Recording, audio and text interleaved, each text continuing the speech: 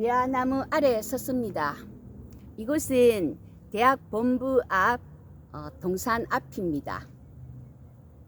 이번 학기 계명대 일반대학원 신학과 박사 과정에서 바울 신학을 공부하는데 공부하면서 나름 정리도 하고 여러분에게 전하고자 합니다.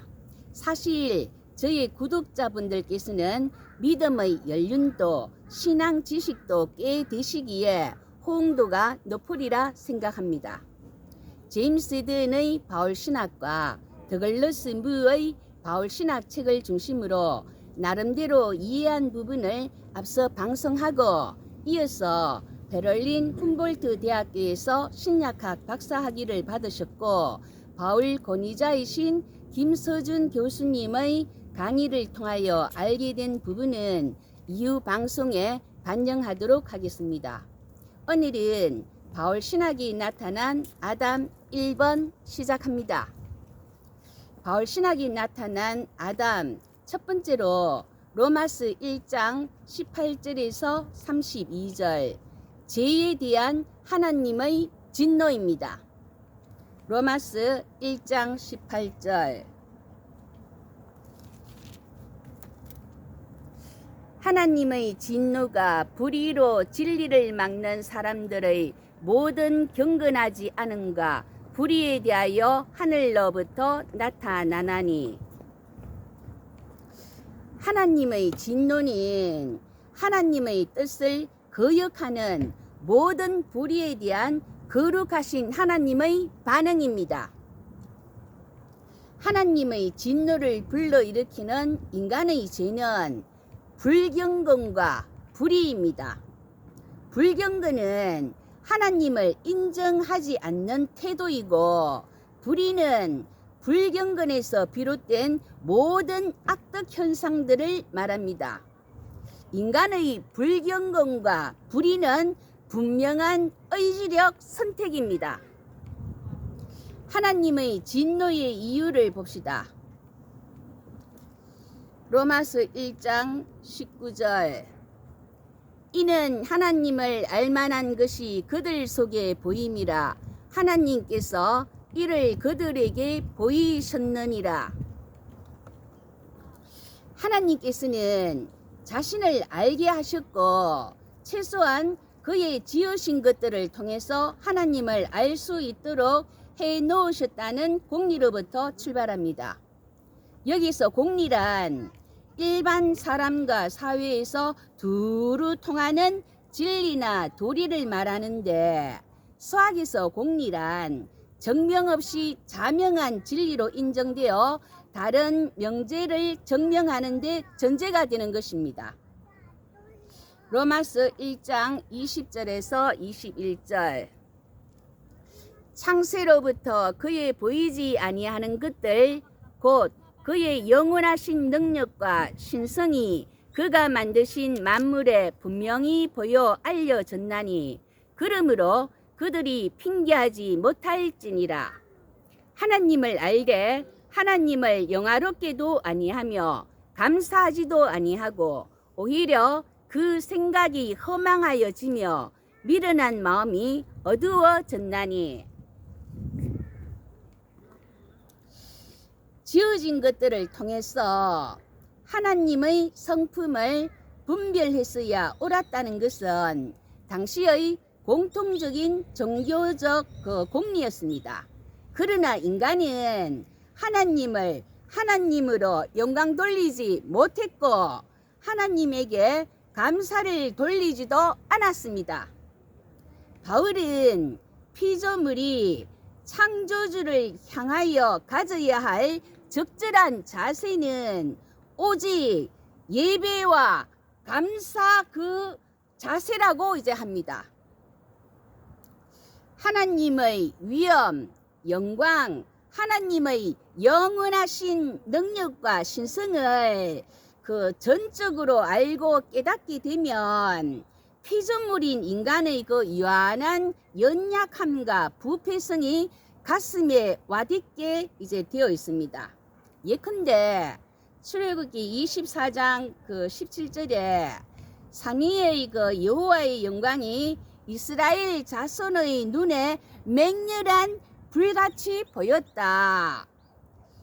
출애굽기 20장 19절에는 백성들이 떨며 하나님이 우리에게 말씀하시지 말게 하소서, 우리가 죽을까 합니다. 이사야서 6장 5절에는 화로다 나여 망하게 되었도다. 나는 입술이 부정한 자요, 나는 입술이 부정한 백성 중에 거함이라. 만군의 여호와이신 왕을 배웠습니다. 이렇게 이제 참 하나님 앞에 선다는 거, 이게 어마어마무시한 일이 아니겠습니까? 그 왕비 에스더가 허락받지도 않고 왕 앞에 나아갈 때 죽으면 죽으리다, 이렇게 이제 그 죽음을 각오하면서 벌벌 떨면서 왕 앞에 나아갔지 않습니까? 왕 앞에서도 그러할진데 왕비가 말입니다. 우리가 하나님 앞에 선다는 거, 참 그래서 우리는 쾌람되어 하나님 앞에서 어디에 있든 그 하나님이 함께 계시고 모든 생각과 행동에 하나님의 권위 아래에서 이루어진다는 그런 태도와 자세를 가져야 합니다. 하나님을 합당하게 인정하는 데서 오는 합당한 자세가 없이는 인간 중심 전체가 어둠 속에서 움직이게 되고 본질상 아무것도 아닌 것들 속에서 방향을 잃고 헤매게 됩니다. 하나님은 한 가지 명령, 창세기 2장 17절, 선악을 알게 하는 나무의 열매는 먹지 말라. 네가 먹는 날에는 반드시 죽으리라. 아담은 하나님 명령을 순종하기를 거부함으로써 하나님께 마땅히 들어야 할 그 발을 고의로 들이지 않은 그 원형의 인간입니다. 그 반역의 결과 로마서 1장 22절은 스스로 지혜 있다 하나 어리석게 되어, 스스로 지혜 있다고 주장하지만 그와 정반대로 어리석음에 빠진 상태에 있는데, 이는 선악을 알게 하는 나무에 대한 당시의 이해를 되살려줍니다. 하나님과 상관없이 지혜를 탐한다는 것은 그 지혜가 그 자체가 그 하나님과 같이 되고자 하는 유혹이었고, 이는 아담으로 하여금 생명으로부터 쫓겨나게 만드는 결과를 가져왔습니다. 에스겔서 28장에는 두로 왕이 그 자신의 지혜와 청명, 아름다움, 재물 등으로 내가 신이다, 내가 하나님의 자리에 앉았다 하며 교만을 떨었습니다. 그 두로는 주전 7세기 아시리아 제국의 그 최후의 아성이 무너지기 1세기 전에 이미 니느웨의 통치를 꺾어버리려고 한 나라로 과거 페니키아 문명지입니다. 지난주는 페르시아 그 이란에 대해서 알아보았는데 오늘은 페니키아 문명, 이것은 그 페니키아 문명은 최초로 알파벳을 사용하였고 최초로 그 갤리선을 사용함으로 자유무역으로 번성한 이제 그런 지역입니다. 그 다윗 왕과 솔로몬 때 백향목과 그 기술자 보냄도 들어입니다. 어찌 요즘만 좋은 시대입니까? 그 당시는 또 그 나름대로 최고입니다. 레바논의 백향목 성경에 이제 많이 나오지요. 자, 여기가 사해 바다고 예루살렘, 그리고 이제 요 위에가 레바논인데 지금 현재 이제 발굴된 지역은 시돈, 사렙다, 티베 이렇게 이제 세 지역은 나타나 있는데 두르는 이제 이 지역이 없습니다. 두르는 이제 시돈 이제 아래쪽이라고 생각하는데 현재 나타나 있지 않고 사렙다 가부 이제 아시죠? 그러니까 엘리야 때 그 마지막으로 이제 한 끼 먹고 이제 죽으려 했는데 그 마지막 끼니를 엘리야에게 주고 비가 내리는 날까지 가루와 기름이 떨어지지 않았다 하는 이야기. 사렙다가 바로 이제 이곳입니다. 자, 두르는 지명에서 사라졌습니다. 알렉산더에 의해 그 인공 해협 그런 공사도 이제 만들고 이제 해서 정복되었고 후에 로마에 속해 이제 버렸습니다. 레바논 지역에 이제 시돈, 사렙다, 티베, 두르가 이제 요 레바논 지역에 있는데 이제 현재 사라졌습니다. 결국 그 두르 왕처럼 스스로 신이 되려는 마음은 반드시 하나님의 심판을 부릅니다. 그 최신식을 주장하며 하나님이 더 이상 필요하지 않다. 하나님이 어디 계시냐 이렇게 주장하면 마치 자기가 이제 신처럼 되거나 독립적인 그런 존재가 되는 것이 아니라 허망해지고 혼란에 빠질 뿐입니다. 비극은 바로 하나님을 떠나서는 인류가 자기 자신을 제대로 알 수도 없고 그 참된 본성을 올바로 인식할 수도 없다는 것입니다.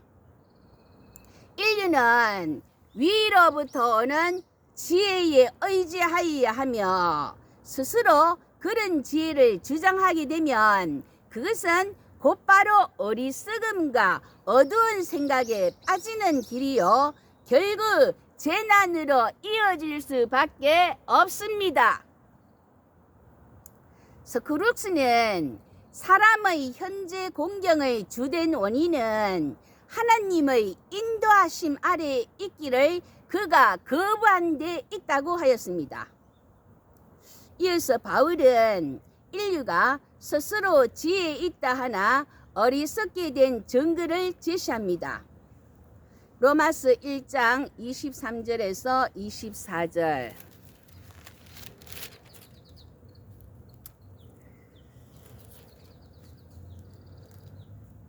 썩어지지 아니하는 하나님의 영광을 썩어질 사람과 새와 짐승과 기어다니는 동물 모양의 우상으로 바꾸었느니라. 그러므로 하나님께서 그들을 마음의 정욕대로 더러움에 내버려 두사 그들의 몸을 서로 욕되게 하게 하셨으니 인간이 만든 그 우상들과 인간의 그 마음 욕심과 성적 부도덕으로 바꾸었다고 합니다. 25절에서 그들이 하나님의 진리를 거짓 것으로 바꾸어 피조물을 조물주보다 더 경배하고 섬김이라. 인간이라는 피조물은 자기들의 그 신이 필요한다는 것입니다. 그 피조물로서의 그 성취를 위해서 누군가에게 또는 어떠한 사물에 의지하게 마련입니다. 하나님이 아니면 완전히 저속한 어떤 사물이 신이 되는 것입니다. 그들은 하나님처럼 되게 해 주는 것, 바로 이제 그들의 하나님과의 관계가 되는 것이고, 그러한 관계가 없이는 다른 설데없는 대체물과 복사품밖에는 없는 것입니다. 출애굽하는 그 모세가 시내산에서 율법을 수여하고 있을 때 산 아래에서는 그 백성들이 자기들을 위하여 금송아지를 만듦으로써 하나님의 영광을 풀먹는 소의 형상으로 바꾸었습니다. 예레미야 2장 11절.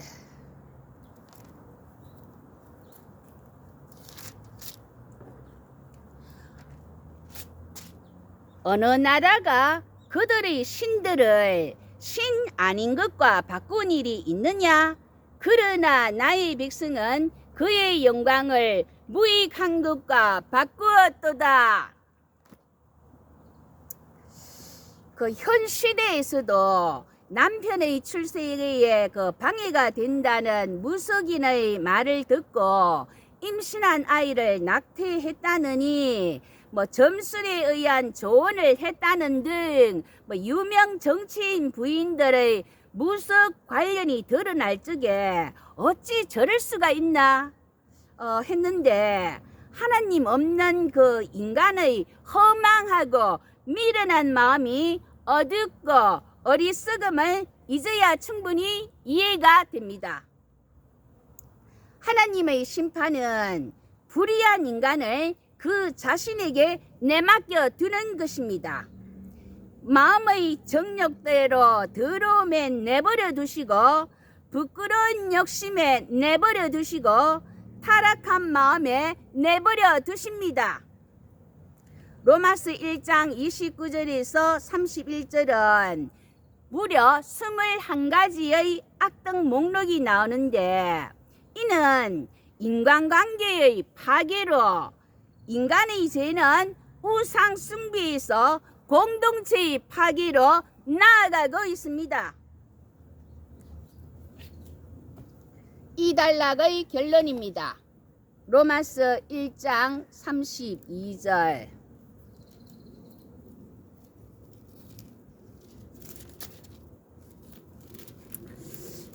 자, 로마서 1장 32절. 그들이 이 같은 일을 행하는 자는 사형에 해당한다고 하나님께서 정하심을 알고도 자기들만 행할 뿐 아니라 또한 그런 일을 행하는 자들을 옳다 하느니라. 그 불의의 마지막은 하나님께서 심판하시는 여러 죄악들을 미워하는 것이 아니라 오히려 그것을 서로 옳다고 하며 부추기는 데 있습니다. 즉, 죄악에서 돌아설 수 있는 올바른 기준점이 없이 죄악 가운데 빠져있는 모습으로 인간의 죄악은 의도적으로 하나님에 대한 도전입니다. 바울 신학에 나타난 아담 두 번째로 로마서 3장 23절입니다. 모든 사람이 죄를 범하였음에 하나님의 영광에 이르지 못하더니, 그 로마서 3장 10절에서와 같이 의인은 없나니 하나도 없으며, 모든 사람이 이제 죄인이기 때문에 죄악과 범죄의 범위는 모든 사람이 그 대상이 됩니다. 이러한 죄의 보편성으로 온 인류가 죄와 사망의 인과관계 속에 붙잡혀 있게 되었습니다. 영광이라는 말은 하나님의 임재나 현존을 표상하는 동시에 그의 피조물인 인간에게 내장된 그 영적 자질이나 속성을 긍정적으로 묘사하기 위해 사용합니다. 그런데 죄로 말미암아 하나님의 영광을 추구하는 인간의 자질은 퇴락했고, 그 결과 당연히 그 몫을 박탈당한 것입니다. 어쨌든 인류는 하나님의 영광을 가지려고 하다가, 하나님처럼 되려고 하다가 자기들의 본래 받았던 그 영광에 대한 목마저 잃어버리고 만 것입니다. 여기까지 정리하자면 세상에 있는 인류는 그저 연약하고 부패의 가능성이 있는 것만이 아닙니다. 도저히 피할 수 없는 죄와 실패와 범죄의 차원이 또한 연루되어 있는 것입니다. 인간은 하나님과의 관계를 위하여 창조되었습니다. 그러나 인류는 하나님과의 관계에서 스스로 벗어나면 세상과 좀 더 만족스러운 그런 관계를 이룰 수 있다는 그렇던 생각을 하고 말았습니다. 그리하여 하나님께로부터 돌아섰고 오로지 세상에 대해서만 관심을 두게 되었고 피조물로서의 역할을 저버렸으며 하나님이 어디 계시냐? 그 결과 인류는 스스로 일어섰다고 생각한 그 순간에 무너져 버렸고 지혜로워지기는커녕 오히려 어리석게 되었고 더 높아지기는커녕 더 낮아지고 비참해졌습니다. 인류는 스스로 하나님과 닮은 것을 부인하였고 오히려 짐승과 사물들의 모양을 더 선호하였습니다. 인류는 신성의 그 위엄의 자기 몫을 잃어버렸고 이제 그 본래 될 수 있었던 그 상태에서 완전히 못 미치게 되어 버렸습니다. 하나님의 진노를 불러일으키는 불경건과 불의에 떨어지지 않도록 십자가를 굳건히 붙들고 나아가는 저와 여러분 되시기를 예수님의 이름으로 기도합니다. 아멘. 다음 주 이어서 바울 신학에 나타나는 이제 아담 2번 계속하도록 하겠습니다.